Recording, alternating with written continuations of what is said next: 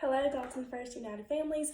Today we are doing an interactive lesson, so grab some paper, grab some pens.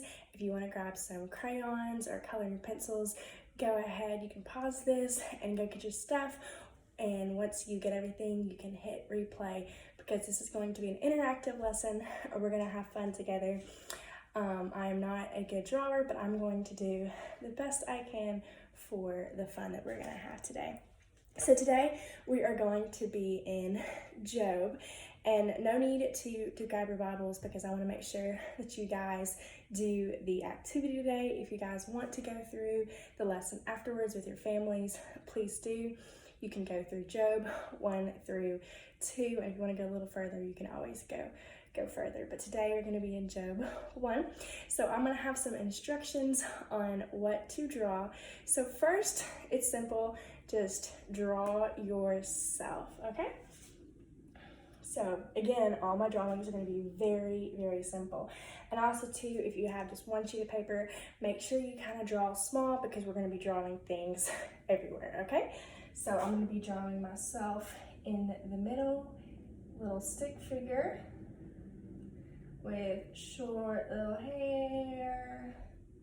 I'm going to have my t-shirt on and jeans and a smile. So that is me. So we're going to be learning about a man named Job.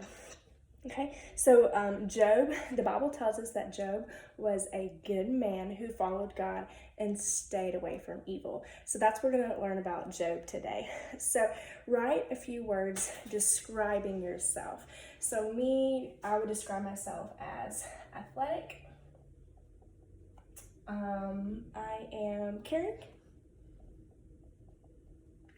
And something that I've learned about myself is in the last few months that I never would have considered this, but other people have really been just teaching me this, and God's been teaching me this, that I am smart.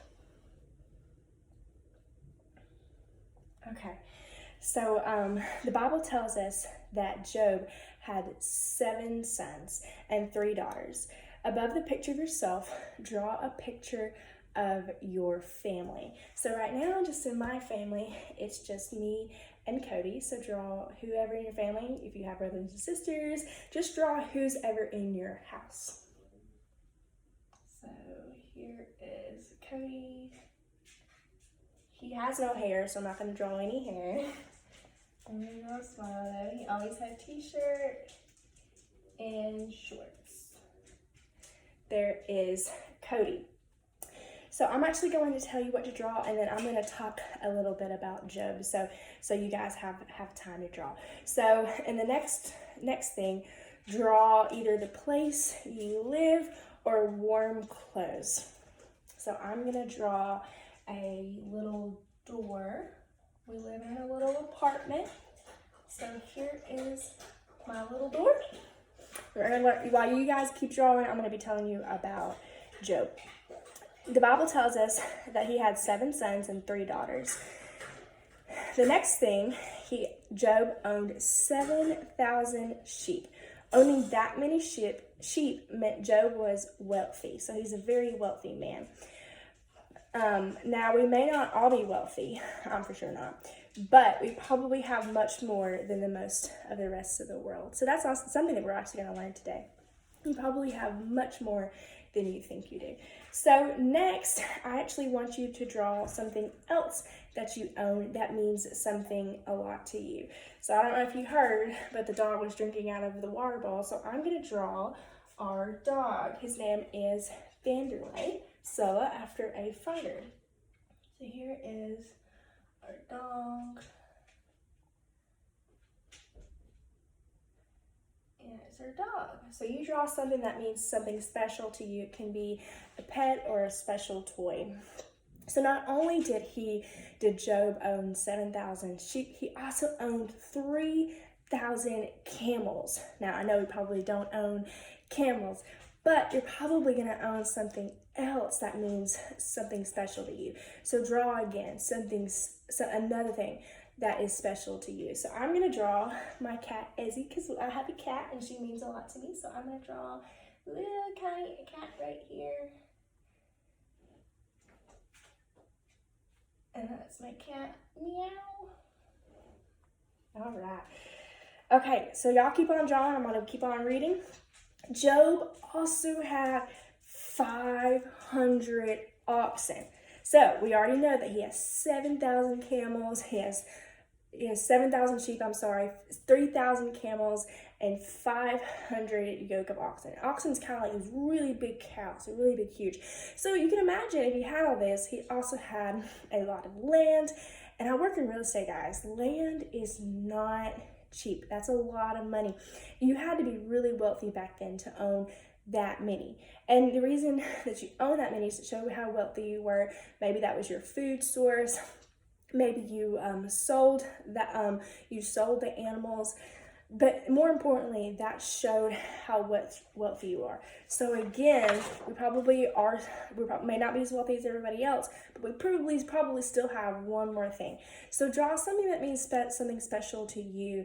Maybe something that you have earned yourself. Maybe your parents gave you birthday money, or maybe you've been saving up for this and you got it for yourself. So I'm gonna draw my car because I saved up for myself for my car, and that's something that I earned. So I'm gonna draw my car right here.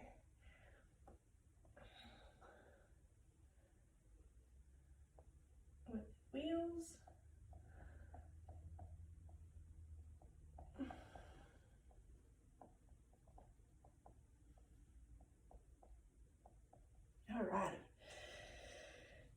All right, you're not going to believe this. He also had a large number of servants. So not only did he have to work everything by himself, he had other people working for him. So that means he had enough money to have all of these servants come and help him with his camels and his sheep and all that. So again, draw one more thing that you find something that is special to you. And I'm going to draw kitchenware because lately I really enjoyed learning how to cook. I draw a spatula. Maybe I'm going to draw a little oven right here with a door. Alrighty, so now that we understand just how much stuff Job has, we're actually sadly going to learn that Job had everything taken from him. So I'm going to kind of explain what had happened. Satan had gone to God and said, "Hey, do you see this man?" Basically, he was kind of having in a taunting way saying, "So this man, he worships you, he adores you, but I want to see if I can make him fall." And sometimes, sadly, that happens to us. We get tempted by things. Maybe we get tempted by money. Maybe we get tempted by our friends. And Satan was trying to see if he could tempt Job, because Job was a man of God. And what God told him to do is, go ahead. He's my son. I already know what kind of man he is. Go ahead. So we're going to be reading in Job 1, 13 through 15, all that was taken away from him. Okay? It says, one day Job's sons and daughters were eating and drinking wine together at the oldest brother's house. A messenger came to Job and said, "The oxen were plowing and the donkeys were eating grass nearby. When the Sebans attacked and carried them away, they killed the servants with swords, and I am the only one who escaped to tell you." Can you believe that? So what happens, it tells us that that they were attacked, and the oxen that he had were all gone. So go ahead and take a big X of 2 of the pictures of the things that you own. So I'm going to take an X of my dog and my cat. Those both mean really, they're really both special to me. So we're going to learn something else that was taken from him. We're going to keep going. The messenger was still speaking when another messenger arrived and said, "Lightning from God fell from the sky. It burned up the sheep and the servants. I'm the only one who escaped to tell you about this." So now the sheep are gone. So give a big X through 2 more things that you own. So I'm going to take an X of the kitchenware and my car. That's really sad. So I'm going to pause, and you can take an X of that, and we're going to keep reading. The second messenger was still speaking when another messenger arrived and said, "The Babylonians sent 3 groups of attackers that swept down and stole your camels and killed the servants. I am the only one who escaped to tell you." So take a big X of something else that means something to you that you personally have. So I'm going to take away my apartment. And we're going to keep reading. 18 through 19. The third messenger was still speaking when another messenger arrived. So what's happening is one person's telling him bad news, and then that person's just almost done, and you have one more person telling him more bad news. So it just keeps on going. The third messenger was still speaking when another messenger arrived and said, "Your sons and daughters were eating and drinking wine together as the oldest brother's house. Suddenly, a great wind from the desert hitting all your 4 corners of your house at once. The house fell in one of your young people, and they are all dead. I am the only one who escaped to tell you." So we already know that his servants were gone, his camels are gone, and now we know that his family is gone as well. So write a few words, if this happened to you, write a few words of how you would feel if when you found out that your family had been hurt, and then everything had been stripped away from you. First of all, I would be very upset. I would be angry because if I earned, especially like my car, my apartment, I earned that. And then of course, if my family was gone, I would be heartbroken. I firmly believe that God gave me my husband and God gave me my family, so I would feel upset because I feel like that would be all taken away from me. He lost everything, even his family, and we're going to read 20 through 22 of what his response was whenever he lost everything. We know that we would be upset, we would be heartbroken. But this is what happened to Job whenever he experienced all this. And this was also something that was immediate. It's not that he took a few moments to process.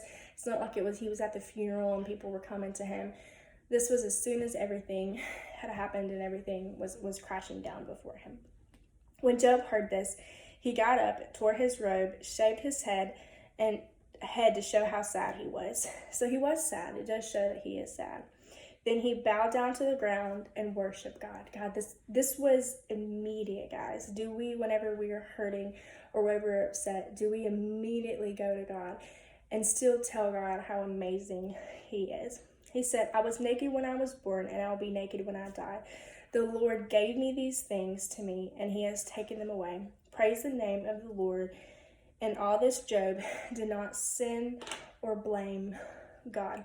So even through all this, sometimes I feel like whenever we're hurting, whenever we're upset, whenever we're angry, we tend to sin more. We tend to either lash out at other people, or maybe we do something we're not supposed to do, or we do something to fill our empty heart of losing something or hurting something.